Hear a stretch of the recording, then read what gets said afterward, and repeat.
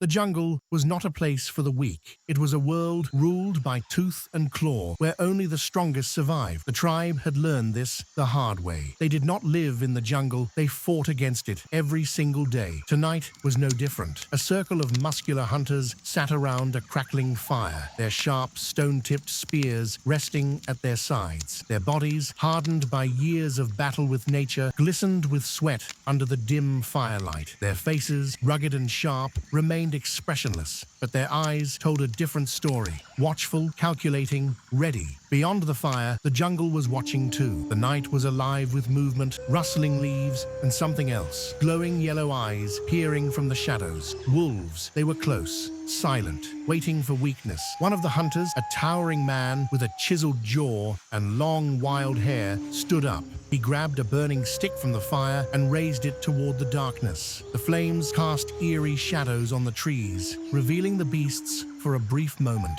Lean, hungry creatures with bared fangs before they melted back into the blackness. The wolves would wait for another chance, but not tonight. Tonight, the hunters had won. Yet they knew the jungle never forgave. Morning would bring a new test, the call of the hunt. As the first rays of sunlight pierced through the thick canopy, the jungle slowly awakened. Birds called from the treetops, and the distant roar of a predator echoed in the humid air. But the hunters had only one goal: to hunt or to starve. A skilled tracker crouched low, pressing his fingers against the damp earth. His sharp eyes studied the fresh hoofprints leading toward the river. He looked up, his expression serious. "A deer," he whispered. Close. The hunters gripped their weapons tighter. A single kill could feed the tribe for days. Without a word, they moved like shadows through the dense undergrowth, their bare feet making no sound on the jungle floor. Up ahead, one hunter climbed a tall tree with ease, his strong hands gripping the rough bark. From the highest branch, he peered through the foliage and spotted their target, a large, majestic deer drinking from the river, its antlers rising like a crown above its head. He signaled to the others. It was time. The silent kill. Hidden in the tall grass, a muscular hunter crouched, his breathing slow and steady. His powerful arms flexed as he drew back his wooden bow, the stone-tipped arrow nocked and ready. His sharp eyes never left the deer. Then, release. The arrow sliced through the air, whistling as it found its mark. It struck the deer's leg with a dull thud, and the animal let out a sharp cry, stumbling in pain. Before it could escape, the hunters sprang from their hiding places. They moved as one, silent, deadly. Their lean bodies wove through the jungle with practiced ease, closing in on the wounded prey. The deer's breathing was heavy, its legs trembling. It tried to run, but it was already too late. A towering hunter, his powerful arms gripping a long wooden spear, lunged forward. The spear struck deep into the deer's side. The animal let out one final desperate cry before collapsing onto the jungle floor. Silence. Then victory, the feast of warriors. The hunters carried the deer back to their village, their faces filled with quiet pride. As they entered, the tribe erupted into cheers. Women rushed forward to prepare the meat, children danced excitedly, and the elder of the tribe placed a firm hand on the lead hunter's shoulder. "You have fed us today," he said. "Tomorrow, the jungle will test us again, and we will be ready." As the night fell once more, the hunters sat by the fire again, their weapons close. The jungle was never truly silent. A distant roar echoed through the darkness. Tonight, they had won, but the war for survival would never end.